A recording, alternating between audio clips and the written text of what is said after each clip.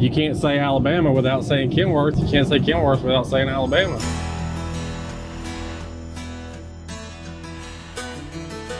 Clear creeks and cool mountain mornings, honest work out in the field.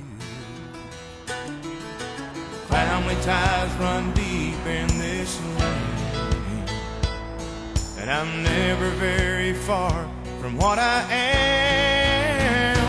I was born country, and that's what I. 1, 2, is that good? Ready? It's always been a love and a passion of mine.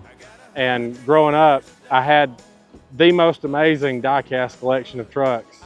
And as I got older, and then Kenworth name getting attached to Alabama, it became a Kenworth obsession over everything.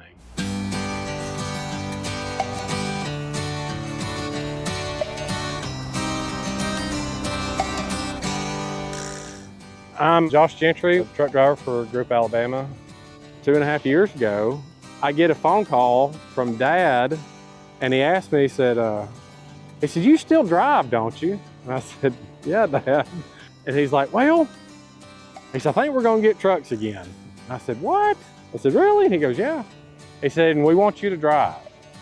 He said, is that something you'd be interested in? I said, yeah. Rolling down a backwoods Tennessee byway, one arm on the wheel, holding my lover with the other, a sweet song. We reunited with Kenworth first part of this year, and they gave us a 2021 T680. Roll on! It's got a Packard engine and 12-speed automatic transmission in it. I love looking at this emblem. I mean, I really, truly do. Daddy drives an 18-wheeler, and he's off on a Midwest run.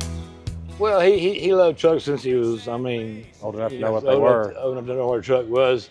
I remember he'd get highly mad at me if I didn't get a room next to the interstate so he could watch the trucks go up and down the interstate. I'm proud of him. He's a great driver. I'd ride with him anywhere, you know. Ah, but he calls him every night and tells him that he loves him. He taught him this song to sing. I know 7 notes on a bass guitar. That's about all I know. To be here and get a tour of the plant, I had no idea of all the details that went into every truck that goes out to the end down there, the amount of work, the workers it takes to put it all together and make it come out the other end. And man, I was just in awe.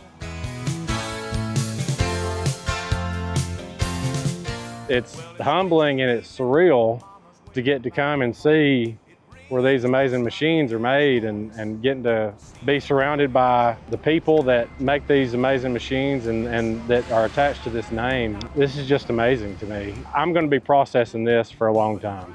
Thanks to all the employees at the Kenworth plant. I mean, you guys are incredible. Thank you for the job you do, for the quality of work that you put out there on the road.